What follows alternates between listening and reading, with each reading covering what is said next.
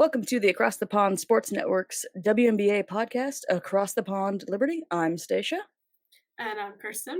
Well, welcome back, everybody. We've had a nice little break since the All-Star break, but before we get into all the Liberty news, we have to hit the biggest milestone that hit the WNBA last night. Diana Taurasi hit her 10,000th point and did it in style. She scored 42, which was the highest she had scored in a regular season game, and becomes only the second player ever to score 40 points after being 40 years old, which Michael Jordan was the only other one that did that in professional basketball in the States. So, I mean, I always think that she's going to be done, and she comes off with a 42-point game, which I think is the eighth 40-plus game of the year scored by WNBA players. That's a fact check for later, but I mean, it's right around that number, and she's 41 and scores 42 points. She couldn't just hit on her age; she had to go one more.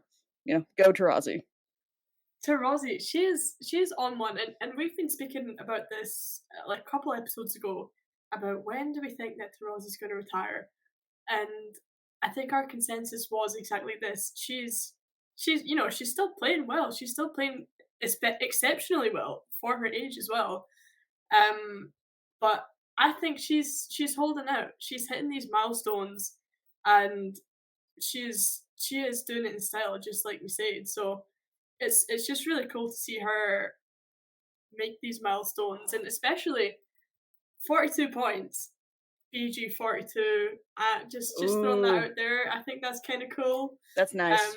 Yep. Yeah, it's just I'm just so glad to see that she's still really holding it down in the league, and I hope that she stays on for another season. I'm sure she will. I mean, she said that in a tweet or a post in some place that she has another year left on her contract, and so this year and then next year just to hang out to have like a full season after BG's been back to do that, and then also whoever they get in the draft is going to be great because they're going to have a high draft pick. They're going to have a top three. It looks like a top three lottery pick this year. So it's just interesting. But the best thing was a social media account. I don't know if it was All Things WNBA on Instagram. Put up a picture of her when she's a kid, when she has not had braces yet, and is smiling very hard in her chino jersey. I sent it to you, and it may be the funniest thing. And it said like she's made a few more shots since this picture, and it's like, yep, there she has. Look at that kid. Whoever Just thought a that few. kid was going to be one of the greats? Just a few, just a few.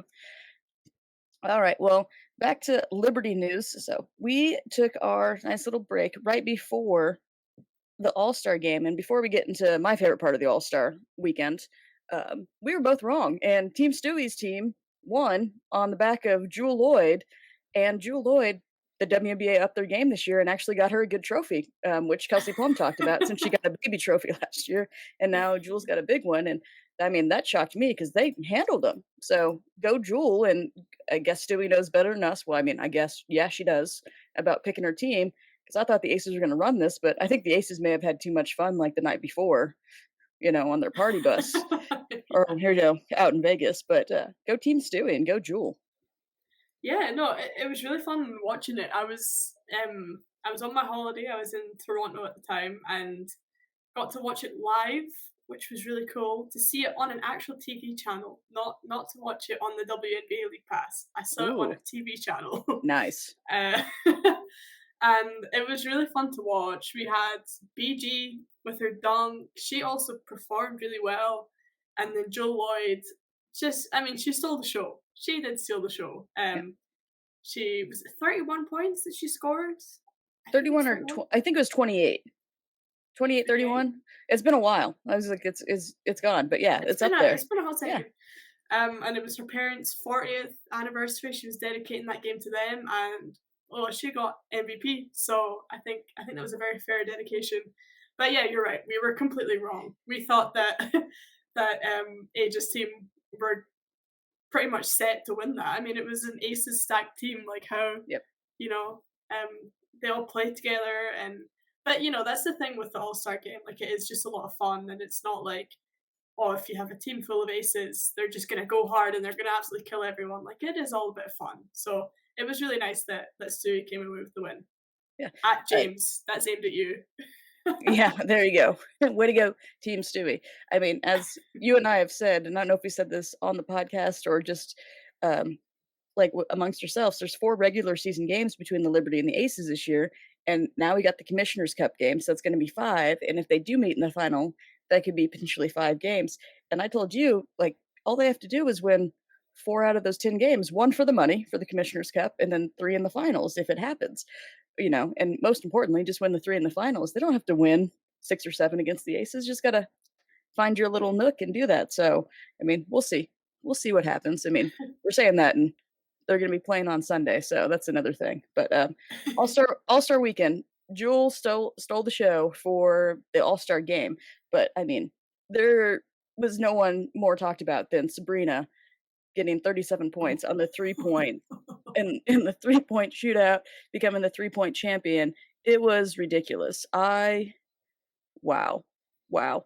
That's, I mean, all I can say. And when Allie Quigley's like, "That's never gonna be broken," and, bowed down to her, the 4-time champ bows down, and at one point, Sloot looked back in the middle of Sabrina's shooting to look up at her wife, at Allie Quigley, to be like, "What is happening?" Like, it was insane. Like, that's the Yeah. best shooting display, woman or man, because everybody always says man or woman. Woman or man. The woman has the Yeah. record, so it's gonna be woman or man if a woman has the record. There you go, Sabrina. Yeah, Whew. it was insanity, absolute insanity. Yeah, she's made the new record for both the WNBA and the Yep. NBA. Beating it was Stephen Curry and Tyler Halliburton as well. Yeah. Um, for whatever records they had in the NBA, which is irrelevant. But I think they had 31, so she decimated 31. them. Yeah. She killed them. She absolutely killed them. Um, yeah, she went off, and I heard her. She had an interview afterwards, and she'd basically had been asked the question, like how do you bring yourself to like that kind of focus, that level of focus where you're just so in the zone. I mean, it's All Star Weekend, it's in Vegas, everyone's super hyped up. Like how do you bring yourself to be that focused? And she just said she feels like she just blacked out. Yeah. The entire contest, she was like, I feel like I just completely blacked out, and I just shot. I Yeah. scored 37, and I don't know. I don't remember it. Well, and it's Lobo just goes, like 1, 1, 2, like she just left, or like right, left, I think right, left, right, just step. And Lobo was like lather, rinse, repeat. Just it's just so in the and it's just so consistent. And she talked about how, how do you do this? Also practice. That's just it, Yeah. practice. And the Liberty had on one of their YouTube episodes her practicing for the 3-point contest before, and she was like, "Oh, I want it on this side to reach across, on her left side to bring it up instead of going right, to have it on that left tip," which I like because then the ball. I love how I'm analyzing a 3-point shooting contest from racks, like real skills. But then you don't have it coming on your right arm to have the rack there if you bump it, like with your elbow or anything, because it's on the other side of your body. So I liked that because other players took it and they wanted the racks to be on their right side. And I was like, no, I like on the left to reach across your body. But these are just frivolous things and fun. But I will say this, and this is a shout out and a call out to the Aces podcast. And I'm just going to keep dropping these to across the pond Aces. Team Stewie won the All Star game. You know, Team Aces won the skills contest. Team Liberty won the 3-point shooting contest. So as of right now, after the All-Star break, we're up 2-1. I mean, if we're Yeah. gonna get any, I'm gonna take any wins against the Aces this year. So I'm gonna be like, Liberty's up 2-1 versus the Aces this year when it comes to All-Star game. I mean, 0-1 in playing, but we got all August for 3 more games, 4 more games. So we'll see. No, I was talking to James last night. I was on the Aces podcast. I'm not betraying us. I was very much holding the Liberty down for that podcast, but I'd mentioned to James how we out rebounded the Aces in the last game we played, and he just goes, "Yeah, I'd rather take the win though." And I was Yep. like, "Well, so there we go, James. There's us taking the win. We're 2-1 right now for All Star Weekend." So Yeah. Yeah. When he listens to this, it's gonna be fun. yeah. But I'll take the win. Someone asked me one time, like, "Well, how do you beat this? How do you beat this team?" And I was like, "Score more points than them." Like, I'm just gonna break down the simplest answer. You got to score more Just points. score. So score more points. Um, well, speaking of wins and losses, we have 8 games since the All Star break, and right after the All Star break, whew, a team that is on the up and up beats the Liberty 98-88, and that is the Dallas Wings. Still the only team in the W to beat the Aces and the Liberty, and they are currently in 4th place in the standings, which is excellent. And uh, it's just amazing because I thought that next year they were going to be it, and they do have a draft pick that I believe they got from Chicago. That's going to be like a top because they get Chicago's first round pick next year, so they still have another draft pick to do what they want with it, but they are just coming around. But the biggest thing in that Dallas loss for the Liberty is Dallas had 2 turnovers in the whole game because the Liberty didn't play badly, but 2 turnovers? What? Whew. Crazy. Absolutely crazy. That it just shows like Dallas and again I was talking about this on the Aces podcast last night. We asked this question at the start of the season, who do we see kind of being a dark horse team? And I don't think Dallas really crossed my mind at all, but wow, they have come out and they've been performing so well. They're second in the Western Conference right now. But 2 turnovers, not only 2 turnovers is that insane for the entire team, but against the top team in the Eastern Conference. Like it just shows how well this team have adapted this year and how well they play together. Like their chemistry is off the charts right now. They're And yeah. they're figuring it out. And we talked in the first episode about how big the Liberty are. Dallas is the biggest team in the league, like Mhm. width and length. It's ridiculous. And Kalani Brown got picked up, and she's been with them coming off the bench. Awak Tuir is starting to find her place, and McCowan is just an immovable force in the lane. Satu is, I think she's like a mini Stewie, except a lefty because 6'4" and can post up and can dribble and do any 1 through 5 position. Satu can do that. And I love how I'm mentioning all them, and I have not even mentioned their star, Enrique.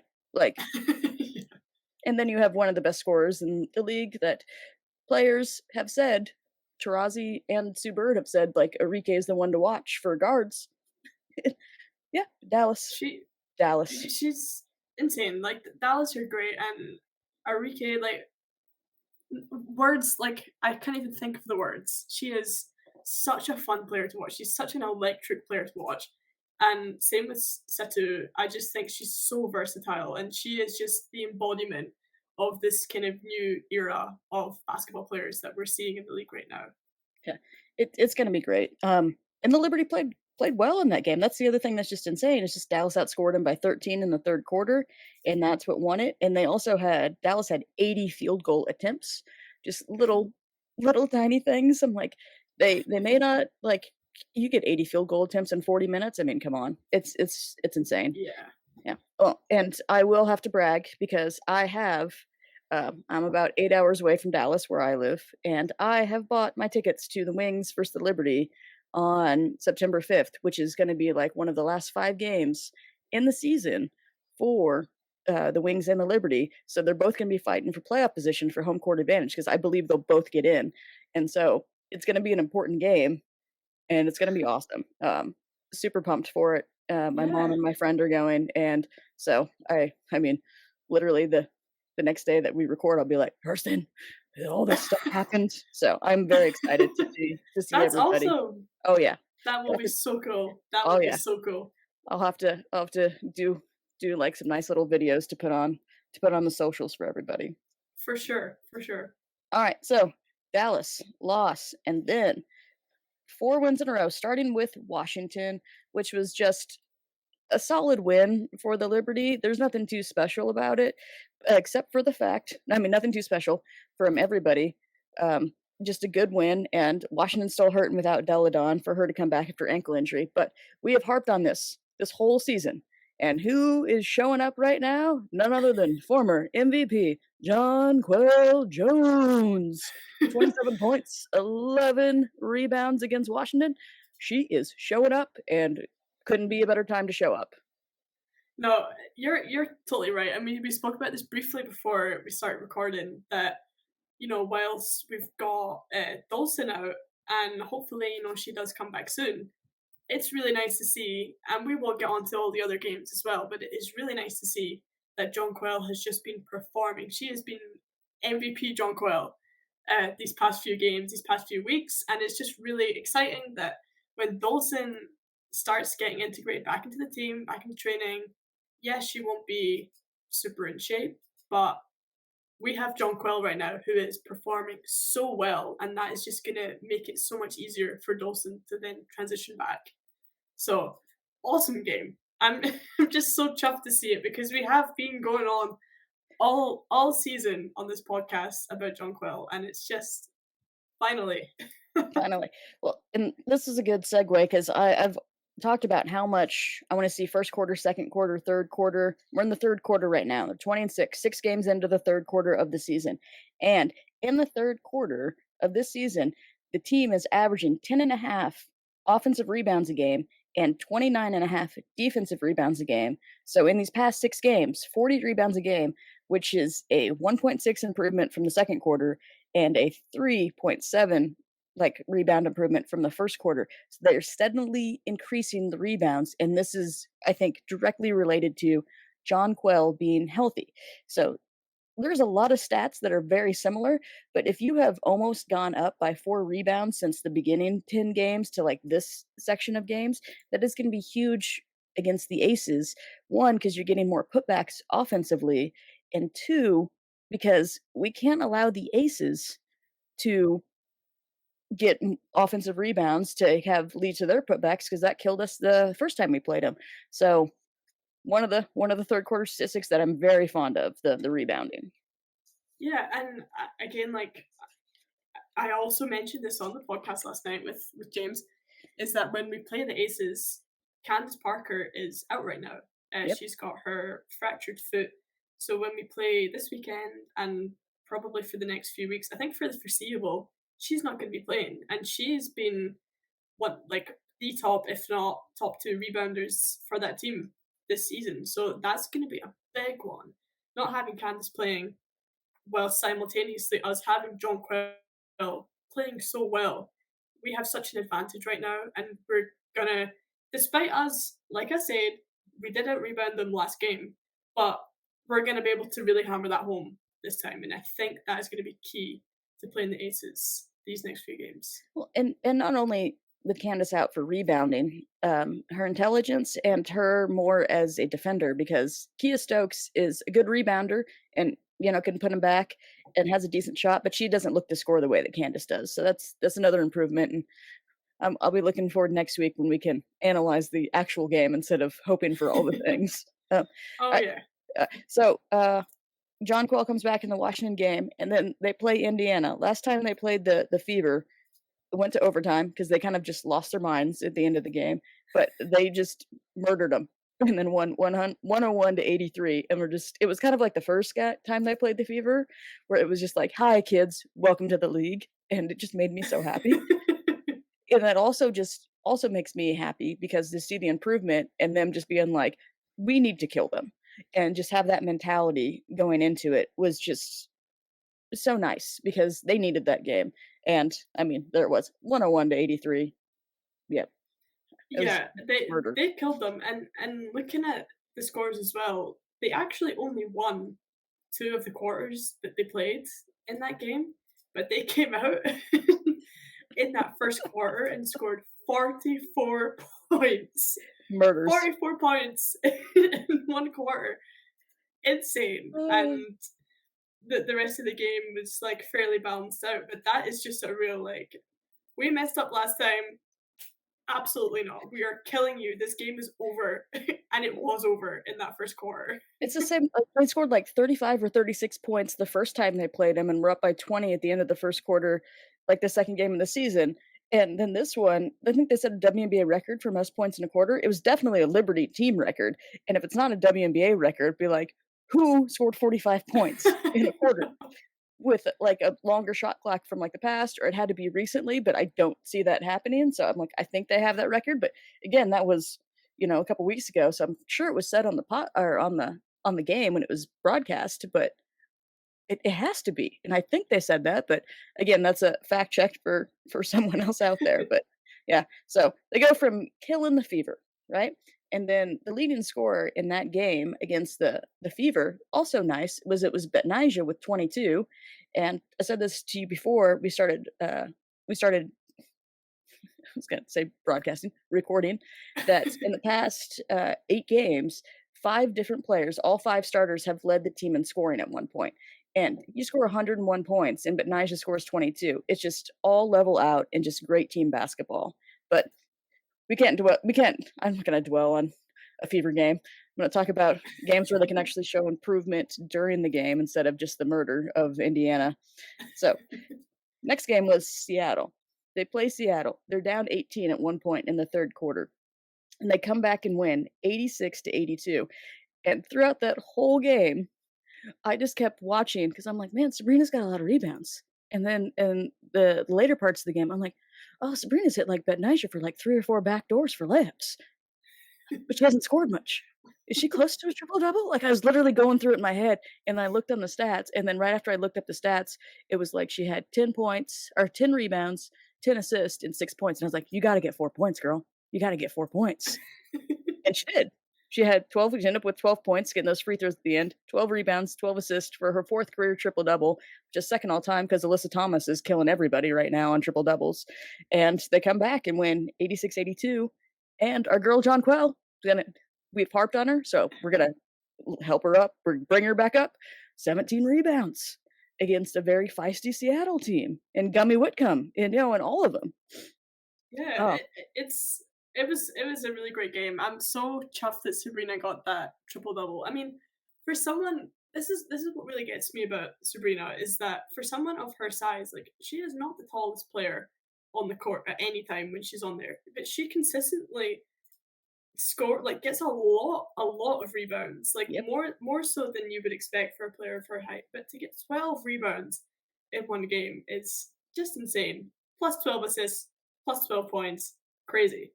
Well, Then we and have Jonquel, and we have 17 Jonquel. rebounds, like mind blown. Mm. I think one of the I'm trying to think who said the quote. I don't know if it was the woman interviewing her after the game or someone else in post game, but someone said for her to get a triple double when she's having an off game just proves how good Sabrina is. Like, there Yeah, you go. Yeah. It was awesome. And when you talk about her rebounding, she just finds the seams and goes and gets it and goes full extension on a lot of rebounds to go get them. And so that's what's nice because she's sitting at 5'11 and she doesn't jump the highest. Like when it comes to guards that have the most ups, I'm giving that to Jewel Lloyd. Um, mhm, you know, like that's what I see. But also it's like she just goes and has a knack for the ball and finding the seams, which Sylvia Fowles always said, reading how the ball is going to travel and then going at the best angle to it is how you become a good rebounder, and that's from the leading rebounder in the WNBA's history. So props to Sabrina, props to John Quill, and great comeback because Seattle is just sticky for us right now, and I am yes doing a Gummy Whitcomb pun on that one. They're a little sticky, but we don't have to play them anymore. It's a little sticky. All right, so that is 3-1. So wins against Washington, Indiana, Seattle, loss against Dallas, and then we go and play Atlanta, who I think that we play well against and win 95-84. It's just another good win for the team. And when it comes to Atlanta, Stewie had 33 points, John Quell had 13 boards, and Sabrina had 9 assists. And it was just like a very good game that they handled. And I mean, the reason why it was close at the end is just because I believe Atlanta had uh like a good third quarter, which we were kind of like lacking on that. But then we just came out and we won 3 out of the 4 quarters, but we lost the third quarter by 8. So I'm like, sometimes I'm like, these third quarters just they can end up taking us down, or we came back and made sure that we handled the fourth quarter. But it's a pretty solid win against Atlanta, who I like Atlanta. I think at one point they were like 12-1 against everybody that's below them in the standings. And then most of their losses were to people above them. So they don't lose to people they shouldn't, but they don't have too many big wins. So they're dangerous because they don't mess up when they're not supposed to. So if someone else messes up, they'll take advantage. But another win against Atlanta. Yeah, yeah, and again, that was a really cool game. We had Stewie and Jones both with double doubles, which is also just really cool to see two players achieving so well during the game. Um, and again, like you're saying, Atlanta only had 7 turnovers, which for it being a loss as well against the Liberty, that's really impressive. That is Yeah, really impressive. Only have 7 turnovers. We had 13, so yeah, we still came away with the win. We performed well. We had two players on double doubles. But yeah, Atlanta, they're a well trained team, and they really do. I don't think they get the credit they deserve. I don't think so either. And I mean, they're very tenacious, and that comes from their coach, and they want to win. Just moving on up, it's really really good. They've got a good fan base. Uh, but you mentioned turnovers, so I'm going to go back to my first, second, and third quarter stats. Is so the Liberty, the first quarter this year had 14.7 turnovers in their first 10 games. That was their average. Second quarter, 15.7. So even though they were 8-2, they shot really well then, but they're shooting well, especially they almost shot 40% from the 3-point line in that stretch of 10 games. But their Achilles heel was those turnovers, those two losses, 15.7. And it seems minute, 15.7 turnovers. But they have lost one game, and we're getting to the next loss in the third quarter. Even though in this stretch they have had two losses in the All-Star break, but the third round of 10 games, this third quarter of games, they averaging 14 turnovers flat. So this is the least amount of turnovers they've had in these sections that I'm marking off for them. So they're slowly getting better with chemistry, and also Jonquel hasn't been turning over as much because when she was frustrated, that is huge too in the post. So she's making better decisions. So again, yay for Jonquel. But they're at 14 turnovers now for these 6 games.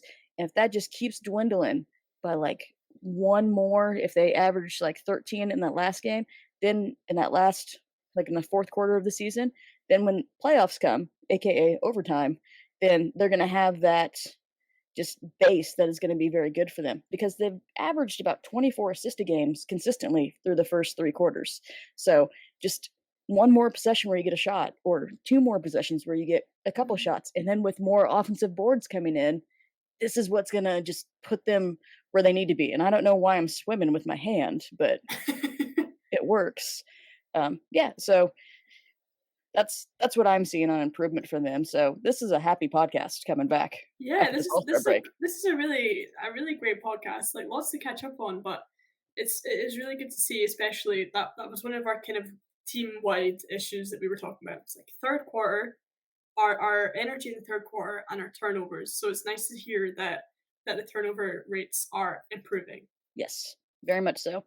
All right, so win against Atlanta. So then they had to play back to back because this is the postponed game from the Apocalypse game, aka Red Sky at Night or Red Lynx at Night. I mean, either one you want to call it. So Minnesota, playing Minnesota, and Vandersloot sits out, which I think is smart because even though this ended in a loss to Minnesota 88-83, it's good to know that someone is checking in with their body to sit out. But Sloot was like, I need a break. Sloot sat out, lose by 5. It's fine. Minnesota shot lights out. Got ahead of my brain. My mouth got ahead of my brain. Shot lights out, and the Liberty didn't. They just were kind of dead when it comes to energy, which makes sense because you're playing back-to-back games, and it's not, the wobble where you had to do that, where you kind of got into it. This is a team that had to be a little tired, and they showed it against Minnesota and still only lost by 5, and Minnesota's on the uptick right now, even though Collier just got hurt. They have been one of the hottest teams in the league, and now they are, I think, in 6th or 7th in standings. So they went from bottom of the standings to being a playoff contender right now. So this is not a bad loss. It's just a tired loss. Yeah, I mean, I think that's a great way to put it. I think even just the fact that Sloot had to sit out is reflective of just how tired people are. Sloot being gone, being that kind of core facilitator for the team, it's one of the toughest positions to have to rest because as a point guard and as like the main facilitator on the team, you create these plays, you create the movement for people, and like what we were talking about earlier, players who make other players around them better. That is Sloot's role on this team. She is such an unselfish player, and she is one of the main sources of baskets on our team. Not necessarily because she scores them, but because she makes the pass and she makes other people able to score. So I can I can really see and feel for the team that that a game where Sloot isn't playing, it's gonna hurt and it's gonna be tough and people are gonna be tired and someone's gonna have to fill in for Sloot's job and it's a lot and it's a lot to make up for. But we must also give a little shout out there to Ionescu, who, despite us not as a whole shooting the lights out, Ionescu did get 7 3-pointers in that game on 31 points. So give credit where it's due. The 3-point champion did manage did manage to shoot the lights out in that game, but it just wasn't quite enough for a tired Liberty team. Yeah, it and we talked about how Sabrina's a little more natural at the 2, and she can play the 1. She's kind of like, in my mind, like a 1.7, you know? Because in college, she had a couple point guards, and then she would bring it up or get the rebounds and just facilitate on her own and run that pick and roll so well. But, yeah, without Sloot there, I mean, that's, 8 assists a game and what, like 10 points? So you're losing 26 points of facilitation in some way or not. And I know, like, good old JoJo came in and started, but then Sabrina has to find her shot. And even though she made seven threes, then her putting in extra work to do that could make her tired in other places, like defensively, because Caitlin Bride had a good game and she's having great games right now. So I'm happy that that shooter's back because I'm a McBride fan. This is gonna end up being a podcast of who are we fans of besides our team. I really like Caitlin Yeah. McBride. It's nice to be able to talk about her. She's fun. All right, so loss against Minnesota. Not a bad loss, just a tired loss. That's fine. We knew it was going to be a tough July, even without the postponement game coming in there, and then that just made it even harder. So after that game, play the Sparks after they've finally gotten a few days off because they haven't had 2 days off in weeks since the All Star break, and they handle LA in that first game and win by 8, 87-79, and LA outscored them by 11 in the fourth quarter because the Libs were up by 18 going into the fourth quarter. Nothing, nothing really like the LA didn't come out great, and like in the Liberty. I am just having a good time with words today. And the Liberty just took it to them, and in the first half, putting up 51 points in the first half to 35, had the lead, only lose one quarter of that fourth quarter. They didn't need to win it, and had a great game. It was a solid game against LA, and first time they've played them out there, and I mean that's it. Yeah, just a great game for them to come Just back after yeah, that loss. Yeah, a rested, great game. back in. Yeah, And especially shout out again, Jonquel Jones. She had 13 rebounds, 13 points. It's a double double. She's playing so well. Of course, do we expect this from her now? 25 points, 9 rebounds. But we also need to mention, and this is someone for the past couple of games we've just summarized, has been scoring double digits in a lot of these games, and that is Marine Johannes, the wizard. She came out in in that game. She was the second highest scoring player on the Liberty. She had 15 points on five five threes. yep. She's a beast. She's a beast. Just hang it out. Is that they had one where she got it in the corner and she just put it up, and I was just like, "Oh my gosh, it's so beautiful." And it hadn't even gone in yet, just because her confidence. And it wasn't the shot necessarily, it was just her reaction to her shooting. And I was like, wow. I hadn't even made it yet. And I just laugh. And it's just like, okay, okay, Jojo, do whatever you want. Wee wee. Yeah. That's what I'm gonna say Oui, oui. anytime. Wee wee. Yeah, that's gonna be the new call out for Frenchie. There's a basketball player, where I live in college. It was from, Quebec, and anytime she got the ball and, like, made a 3 'cause she's a three-point shooter, I was like, "Yeah, Frenchie." So, I'm like, JoJo may get that, be like, "Go That's Frenchie." Jojo now. JoJo, wee wee, it's gonna be good stuff. Alright, so play LA twice, back to back. And second game is not the same as the first. and one of the lowest scoring games of the season for the Liberty, but they still come away with the win, 76-69.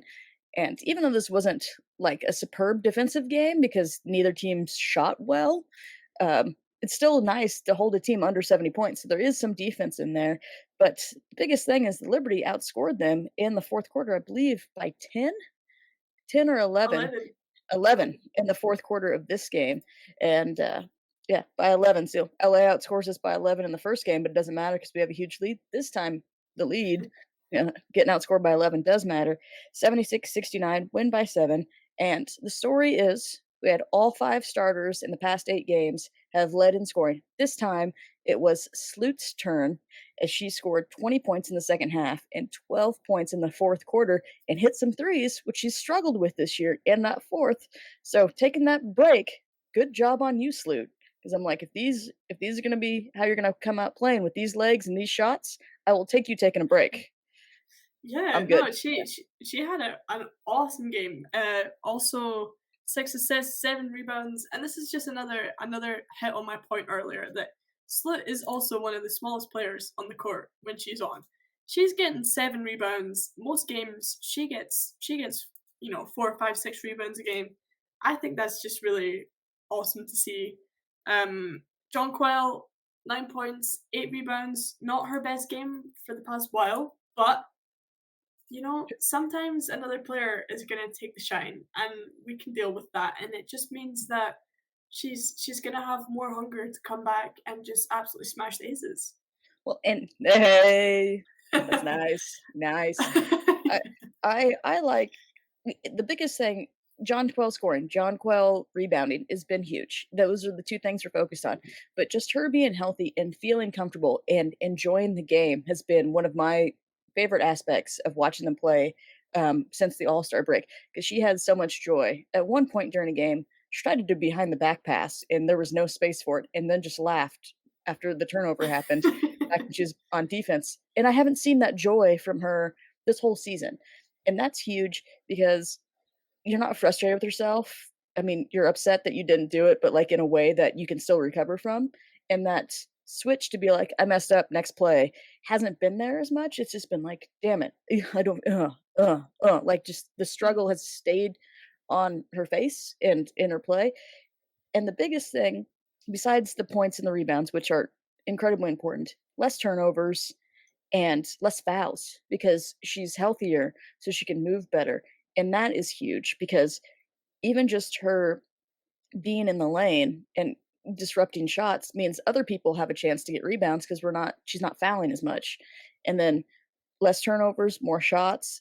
These are all those little things that I know that Sandy's talked about progression and growth for them throughout the season, and seeing that with John Quell, and we've been waiting for it. So yay on that. Yay on Yeah, that for John Quell. I'm like, I'll take a 9.8 rebound game with a win is yeah, because we know that not every night Stewie's going to be the leading scorer. And like I said, 5 different leading scorers in these games in the past 8 games. That's how you win a championship.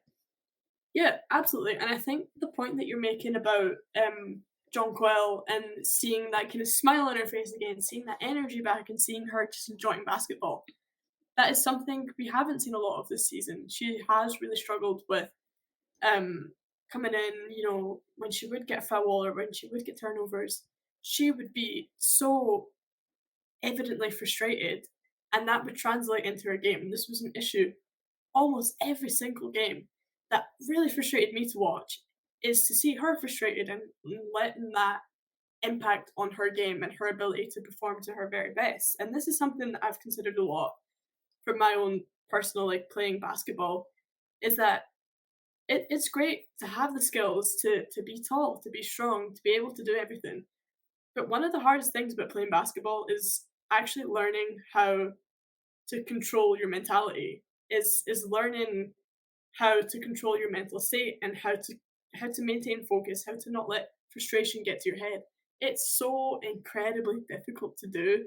And when you allow that little bit of frustration to come into you, it kills you and it kills the game, and it's just so hard to get out of that slump. So I am really, really happy to see that she's obviously had some sort of perspective shift and she's enjoying things better, things are going better for her, and that will naturally encourage her more.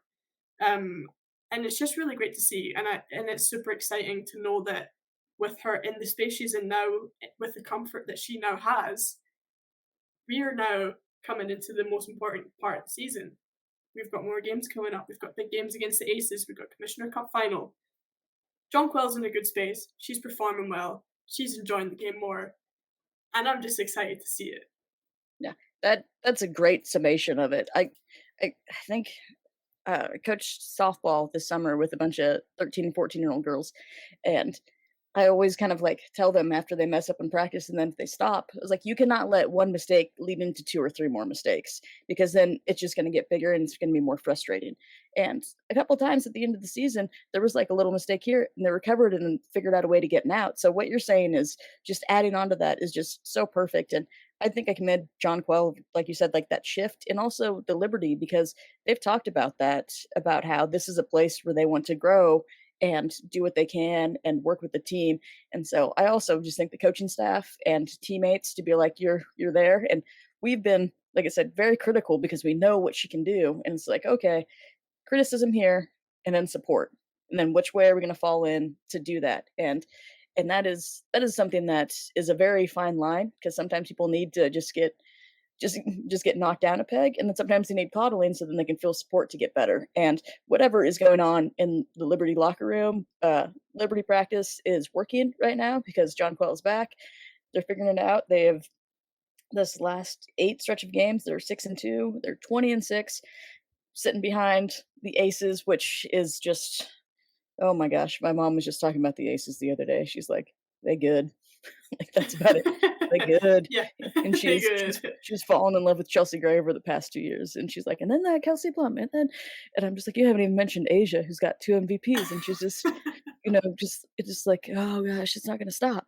So, yeah, but I'm feeling very much that we are in a good place because it's a natural progression, but I'm also gonna say something I had to talk about my mom is she liked the Vegas Golden Knights for hockey.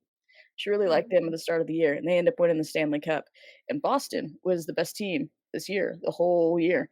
And then they didn't play in the playoffs as well. So I want a reverse Vegas to happen, where Vegas is the best team, and then they just don't do it in the playoffs and go A Liberty. reverse Vegas. A I reverse like that. Vegas. Yeah, I a like reverse that. Vegas. Let's Yeah, do a reverse Vegas, guys. reverse Vegas. Yeah. All right. So, all right.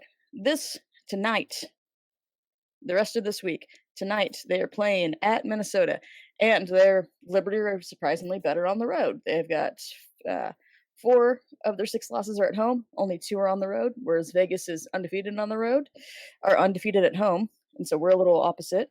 But we are playing Minnesota tonight, and the Liberty have shown that when they lose to a team, they don't really lose 2 in a row. So, I mean, I'm picking the Liberty tonight against the Lynx, against Minnesota. I feel like they're going to be ready to go. Oh yeah, redemption game, absolutely redemption game. I think they're gonna come out. It's gonna be a 45-point first quarter. A No, bold statement. I'm joking. Yeah. Not quite that hard, but I think they'll come out. They'll come out fighting. I don't see that the Lynx have a shot. If I'm honest, I think this is like prime Liberty right now. They've had a little setback. They've had a little bit of time to reflect upon said mistakes, and they're just going to come out firing on all cylinders. So, yeah, absolutely. Game tonight is going to the Liberty. I say Liberty by 10 tonight. Right. But the bigger game of the weekend, it's not bigger, it's not more important, but the more highly broadcasted, like amped up game, Sunday, I believe at 2 o'clock Central Time, so 3 o'clock Eastern Time. They are playing the Vegas Las Vegas Aces at home. This is an ESPN game because I mean it's Sunday. It's ESPN ABC game, ABC, against Las Vegas. This is gonna be an interesting one because without Candace and how they're playing, they do have some confidence. So I don't know where I'm leaning on this one. I think I'm still gonna pick the Aces, but it's gonna be, I mean, it's definitely gonna be a better game than the last one. That's for sure. But I say Aces by less than 5 points on Sunday. I still think the Liberty need a little bit more the Liberty need a little bit more chemistry to beat the Mhm. Aces. Yeah, and again, not to keep name dropping the Aces podcast. Mm, Do not go there after. I'm joking. yeah, Support the whole network. yeah, But I said this last night. I see the game going to the Aces this weekend. I'm not gonna say less than 5. I'm gonna say less than 10.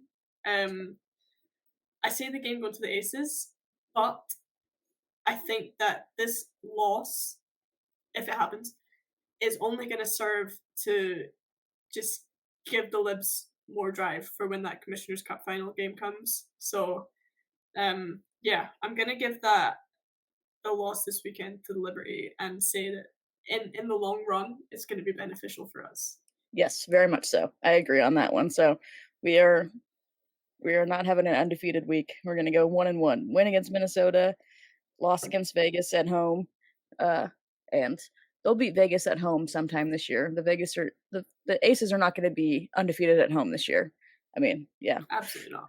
absolutely. They're gonna lose a game at home, that's for sure. Yeah. Uh, that's who it's gonna be too. But yeah, well, that that is it for us. We will see you next week with the recaps on the Minnesota and the Las Vegas game. And I mean, the takeaway from this podcast is we're playing well. Jonquel is back. We are happy. This has been a great stretch, and keep improving. So go Libs. But no, Yeah. for Go Libs. go Libs. So for across the pond Liberty, I'm Stacia. And I'm Kirstin. All right, see everybody next week. See yas.